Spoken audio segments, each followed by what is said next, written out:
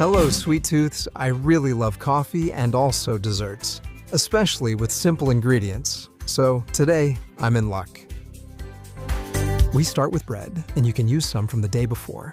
Maybe a leftover baguette you have lying around. About 300 or 350 grams. The trick is to cut it into strips, then cut those strips so you get small cubes that soak up better.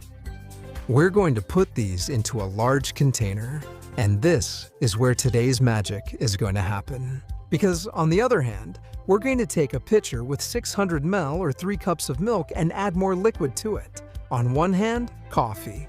Another cup that you can use, whichever you like best, stronger or milder, depending on your personal taste.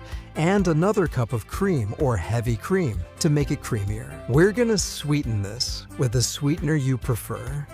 Will you use sugar or another sweetener? The thing now is to mix it well. And if you want, you can check the sweetness and add a little more or a little less to always leave it to your personal taste. We're going to pour this wonderful liquid into the container with the bread. And as you can see, I just want to soak everything well. We want this bread to absorb the flavor and get soaked well. As you can see, a lot of bubbles come out. And that's good because they're being replaced by the magic liquid. While we let it rest there, we can spread the caramel in the mold. This is optional. You can do it without caramel if you want, but honestly, I like it. And I'm gonna spread it on a 20 centimeter diameter mold, both on the bottom and the sides. And when it comes to crushing the bread, I always recommend letting the bread soak for at least half an hour. You could even prepare it hours in advance. It's no problem.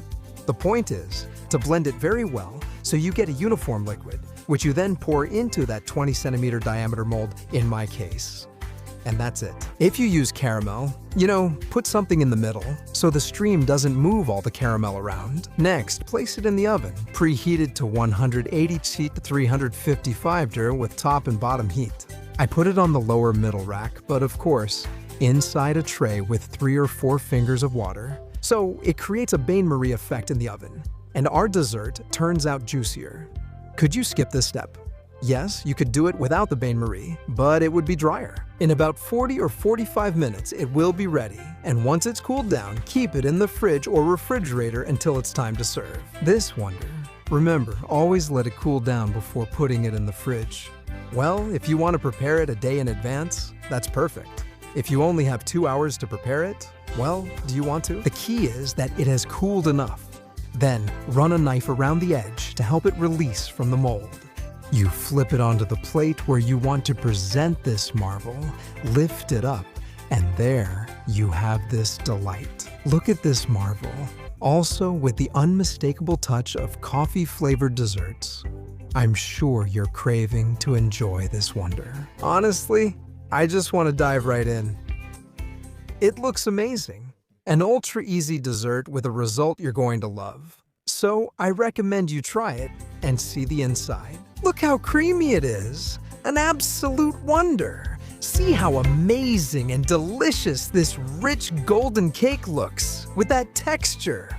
Oh my, look at the slice. And when it comes to desserts and people, what matters is what's inside.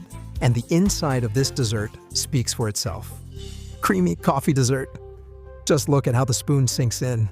Oh my, just with its own weight. It picks up one piece after another, and another.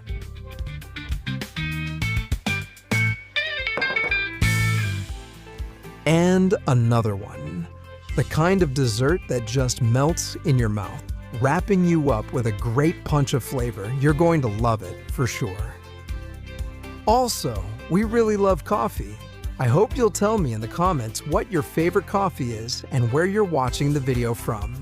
That way, we travel the world through delicious things.